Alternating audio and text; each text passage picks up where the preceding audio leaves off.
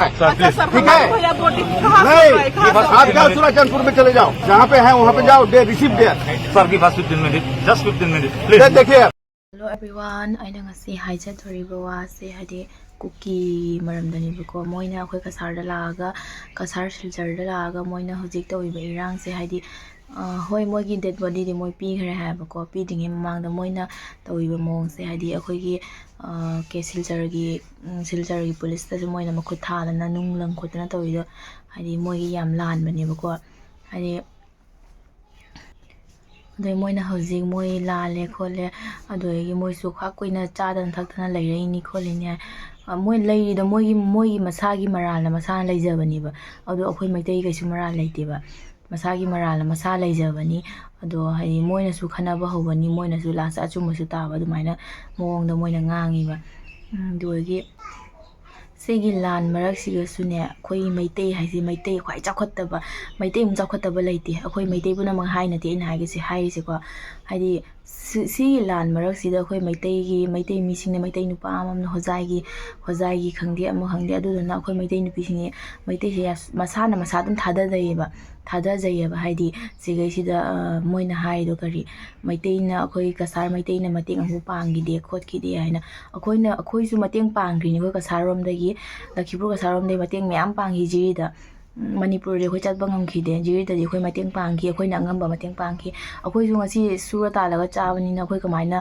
ꯑꯍꯦꯟꯕ ꯃꯇꯦꯡꯗꯣ ꯄꯥꯡꯉꯨꯗꯣꯏꯅꯣ ꯑꯗꯨ ꯑꯩꯈꯣꯏꯅ ꯑꯉꯝꯕ ꯃꯇꯦꯡꯗꯣ ꯑꯩꯈꯣꯏꯁꯨ ꯄꯥꯡꯖꯈꯤ ꯐꯤ ꯈꯪꯗꯦ ꯄꯩꯁꯥ ꯈꯪꯗꯦ ꯃꯌꯥꯝ ꯈꯥꯏꯒꯠꯅꯔꯒ ꯑꯩꯈꯣꯏ ꯈꯨꯟꯗꯒꯤ ꯑꯗꯨ ꯑꯩꯈꯣꯏ ꯃꯇꯦꯡ ꯄꯥꯡꯖꯈꯤ ꯑꯗꯨꯒꯤꯗꯣ ꯈꯪꯗꯕ ꯃꯤꯁꯤꯡꯅ ꯀꯥꯇꯨꯛ ꯀꯥꯔꯟ ꯍꯥꯏꯗꯤ ꯋꯥꯊꯤ ꯋꯥꯔꯦꯝ ꯉꯥꯡꯉ ꯂꯥꯟ ꯃꯔꯛꯁꯤꯗ ꯃꯣꯏꯅ ꯇꯧꯋꯤꯗꯣ ꯍꯥꯏꯗꯤ ꯑꯩꯈꯣꯏ ꯃꯩꯇꯩ ꯃꯁꯥꯅ ꯃꯁꯥ ꯊꯥꯗꯗꯣꯏꯗꯤ ꯃꯤꯅ ꯎꯁꯤꯠꯀꯗ꯭ꯔꯥ ꯎꯁꯤꯠꯇꯕꯗꯨꯅ ꯉꯁꯤ ꯀꯨꯀꯤꯁꯤꯡꯅ ꯁꯨꯃꯥꯏꯅ ꯇꯧꯔꯛꯏꯅꯤ ꯎꯁꯤꯠꯇꯕꯗꯨꯅ ꯑꯩꯈꯣꯏ ꯃꯩꯇꯩꯅ ꯃꯁꯥꯅ ꯃꯁꯥ ꯊꯥꯗꯕꯩ ꯑꯗꯨꯗꯒꯤ ꯍꯥꯏꯗꯤ ꯑꯩꯈꯣꯏ ꯃꯁꯥ ꯃꯁꯥ ꯊꯥꯗꯕꯩꯁꯦ ꯀꯩꯅꯣ ꯍꯥꯏꯗꯤ ꯑꯩꯈꯣꯏꯅ ꯂꯥꯟꯗꯦ ꯈꯪꯕꯅꯤꯅ ꯃꯩꯇꯩ ꯄꯥꯡꯒꯜ ꯏꯆꯤꯟ ꯏꯅꯥꯎ ꯃꯌꯥꯝꯁꯨ ꯍꯥꯏꯗꯤ ꯍꯧꯖꯤꯛ ꯑꯩꯈꯣꯏꯗ ꯁꯞꯄꯣꯔꯠ ꯇꯧꯋꯤ ꯃꯣꯏ ꯃꯤ ꯂꯥꯛ 2 ꯍꯥꯏꯔ 2,000 ꯑꯗꯨ ꯄꯨꯊꯣꯛꯀꯅꯤ ꯍꯥꯏꯅ ꯑꯩꯈꯣꯏꯒꯤꯗꯃꯛꯇ ꯃꯩꯇꯩꯒꯤꯗꯃꯛꯇ ꯑꯗꯨꯒ ꯃꯣꯏꯅ ꯑꯗꯨꯛ ꯆꯥꯎꯅ ꯑꯩꯈꯣꯏꯒꯤꯗꯃꯛꯇ ꯂꯦꯞꯄꯤꯔꯤꯕ ꯑꯗꯨ ꯑꯩꯈꯣꯏꯒꯤ ꯃꯩꯇꯩ ꯃꯁꯥꯅ ꯃꯁꯥ ꯊꯥꯗꯖꯔꯤꯕ ꯃꯣꯏꯁꯨ ꯃꯩꯇꯩꯅꯤ ꯃꯣꯏ ꯃꯁꯥꯃꯛ ꯃꯩꯇꯩꯅꯤ ꯑꯗꯨꯒ ꯃꯣꯏꯅ ꯍꯥꯏꯗꯤ ꯐꯦꯁꯕꯨꯛ ꯈꯪꯗꯦ ꯑꯗꯨꯒ ꯀꯩꯀꯩ ꯋꯥꯏ ꯆꯥꯏꯔꯦ ꯑꯩꯈꯣꯏ ꯃꯩꯇꯩꯁꯤꯡꯁꯦ ꯑꯗꯨ ꯇꯧꯋꯤ ꯑꯗꯥ ꯇꯧꯋꯤ ꯀꯔꯤ ꯇꯧꯔꯒꯦ ꯃꯣꯏꯅ ꯑꯗꯨꯃꯥꯏꯅ ꯉꯥꯡꯉꯤꯗꯣ ꯑꯩꯈꯣꯏ ꯃꯩꯇꯩꯅ ꯃꯇꯦꯡ ꯄꯥꯡꯉꯤꯅꯤ ꯃꯌꯥꯝ ꯃꯣꯏꯗꯁꯨ ꯑꯗꯨꯗꯒꯤ ꯍꯧꯖꯤꯛ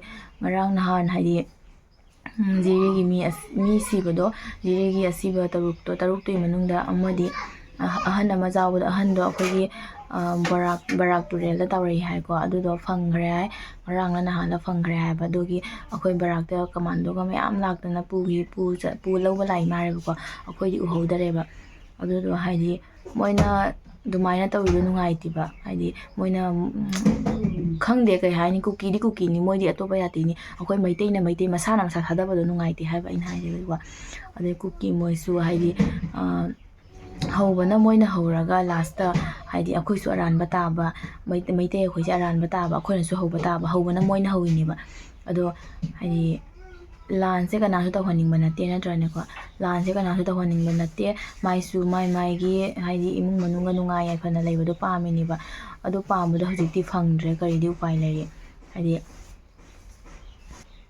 ꯐꯪꯗ꯭ꯔꯦ ꯑꯗꯣ ꯑꯩꯈꯣꯏ ꯁꯤꯜꯆꯔꯗ ꯇꯧꯕꯗꯣ ꯑꯩ ꯏꯁꯥꯃꯛ ꯀꯁꯥꯔꯒꯤꯅꯤ ꯑꯗꯣ ꯑꯩꯈꯣꯏꯒꯤ ꯁꯤꯜꯆꯔꯗ ꯇꯧꯕꯗꯣ ꯑꯩ ꯚꯤꯗꯤꯑꯣꯗꯣ ꯈꯔ ꯍꯥꯞꯆꯔꯝꯒꯦ ꯃꯇꯥꯏꯗ ꯃꯌꯥꯝ ꯌꯦꯡꯕꯤꯌꯨ ꯀꯃꯥꯏꯅ ꯇꯧꯕꯅꯣ ꯀꯩꯅꯣ ꯍꯥꯏꯗꯤ ꯃꯣꯏꯅ ꯏꯃꯣꯁꯅꯦꯜ ꯇꯧꯕꯗꯣ ꯃꯣꯏꯒꯤ ꯃꯑꯣꯡꯗꯣ ꯑꯩ ꯎꯠꯆꯔꯛꯀꯦꯕ ꯍꯥꯏꯗꯤ ꯃꯣꯏꯒꯤ ꯐꯪꯉꯝꯗꯥꯏꯗ ꯃꯣꯏꯒꯤ ꯇꯧꯔꯝꯗꯥꯏꯗ ꯃꯣꯏꯅ ꯏꯃꯣꯁꯅꯦꯜ ꯑꯇꯤꯌꯥꯆꯥꯔ ꯍꯥꯏꯒꯗ꯭ꯔꯥ ꯀꯩꯅꯣ ꯏꯃꯣꯁꯅꯦꯜ ꯑꯇꯤꯌꯥꯆꯥꯔ ꯃꯣꯏꯅ ꯇꯧꯕꯗꯣ ꯑꯗꯣ ꯃꯣꯏ ꯗꯦꯠ ꯕꯣꯗꯤꯗꯤ ꯄꯤꯈꯔꯦ ꯍꯥꯏꯕꯀோ ꯑꯗꯣ ꯄꯤꯈꯔꯦ ꯑꯗꯨꯗꯨꯅ ꯃꯣꯏꯒꯤ ꯏꯃꯣꯁꯅꯦꯜ ꯑꯇꯤꯌꯥꯆꯥꯔꯗꯣ ꯌꯦꯡꯕꯤꯌꯨ ꯃꯌꯥꯝ ꯍꯥꯏꯗꯤ ꯑꯩ ꯁꯥꯏꯠꯇ ꯍꯥꯞꯆꯔꯝꯒꯦ ꯚꯤꯗꯤꯑꯣ अोइना अदो साइसिदा आई साइट हापचरंगेबको मैती सब साथ रह रहे और कहाँ पे रह के आप हमारे यहाँ प्रॉब्लम क्रिएट के लिए आप कोशिश कर रहे हैं I am S P he is DIG we have come here आप लोगों को 3-4 दिन आप लोगों का ऑनर किया आप लोगों के सेंटिमेंट को समझा हमारा पुलिस को आप लोग अभी पत्थर मार रहे हैं this is very bad thing I am giving you 10 minutes time I am giving you 10 minutes आप 10 मिनट में रिस्पॉन्स हो जाए otherwise I will take lawful action Okay, sir. Please, you will take lawful action again. 10 minutes. Please talk to them. We are very काफी दिनों से ये body हो चुका है इधर। हम सब महिलाओं को दिन रात न पिया न सोई है, न चैन से सोई है, न चैन से जीने नहीं दे रहा है। कब से देगा बोल के कब से इंतजार कर रही है हम लोग। बहुत हो चुका है। हमारे भैया लोग का इन लोग का आत्मा शांति होने दो, रख रहा है इधर ही। बहुत हो चुका है, ऐसा मत करना। हमारे खून लोग हम लोग को पुकार रहा है। आज कहीं नहीं जाना है, हम लोग 1 इंच भी नहीं जाना है जब तक हम इन लोग का बॉडी हमारे हाथ में नहीं होगा। महिला लोग का हाथ में दे देना, आज दे देना। कितना दिन हम लोग वेट कर रहा है, बहुत हो गया। हमारे खून खोल रहा है। दिन रात सुबह रात जैसे नहीं सोया, न ध्यान से न पिया न खाया। ऊपर से हमारे भी लेडीज बीमारी है लोग इधर बहुत। अब लोग भी सोच रहे ना सिस्टर, हमारे खून धो रहा है, तड़प रहा है हम लोग। घबराहट भी हो रहा है हम लोग। इस बात से हमारे भाई लोग कब्जा करके रखा है।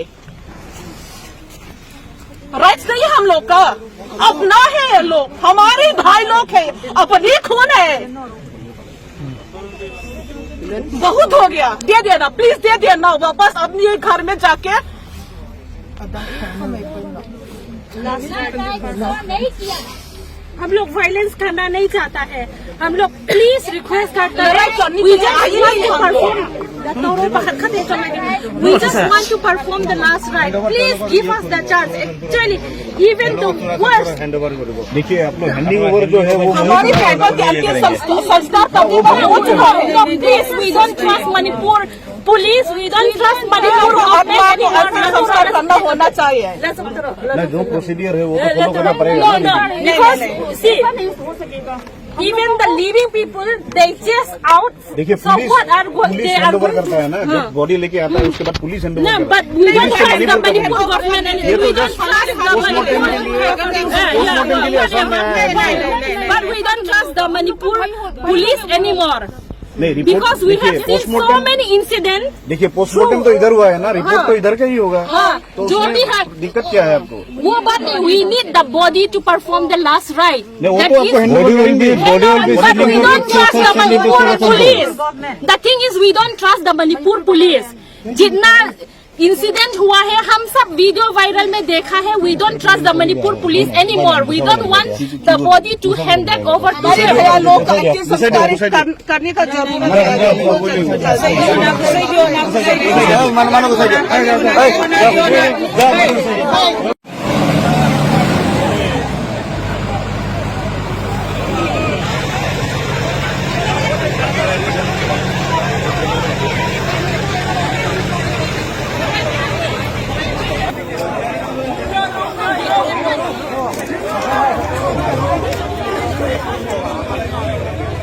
हमारे से कितना बड़ा पत्थर मारा गया, जो पत्थर मारा है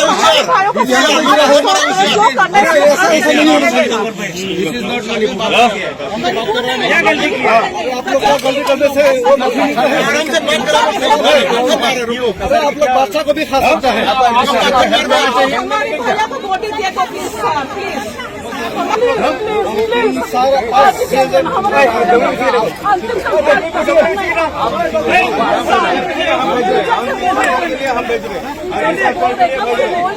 आप ऐसे कसार के हो, ऐसे आके यहाँ झगड़ा कर रहे हैं, उसको फैमिली में जाना है, उसमें आपको बाधा जाएगा।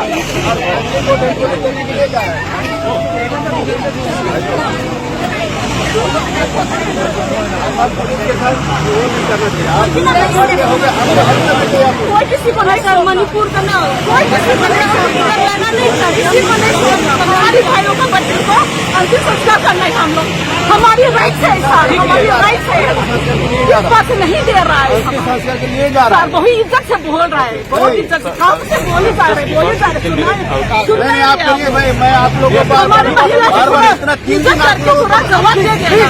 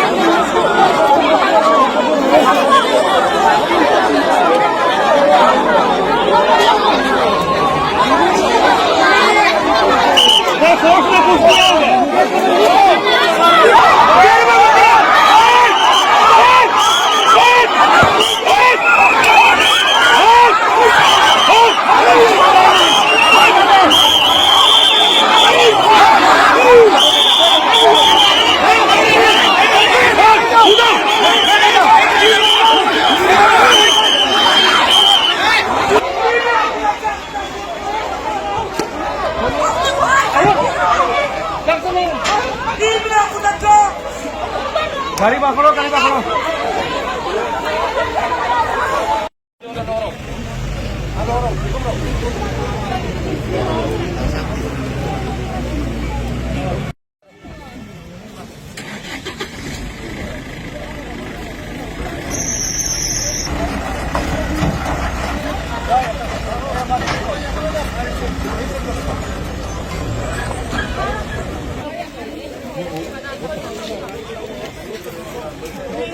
देखो भाई आगे जाओ ना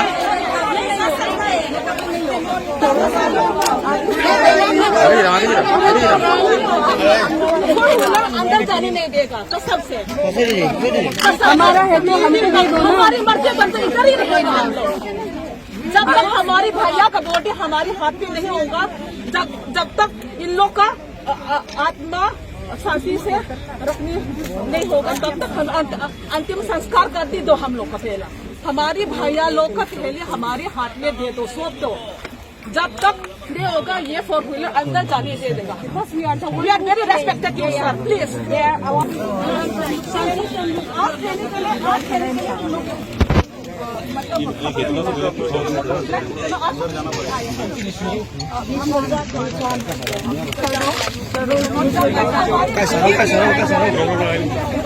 we want to perform the last हम लोग का भी ऑर्डर है ये अंदर जाना है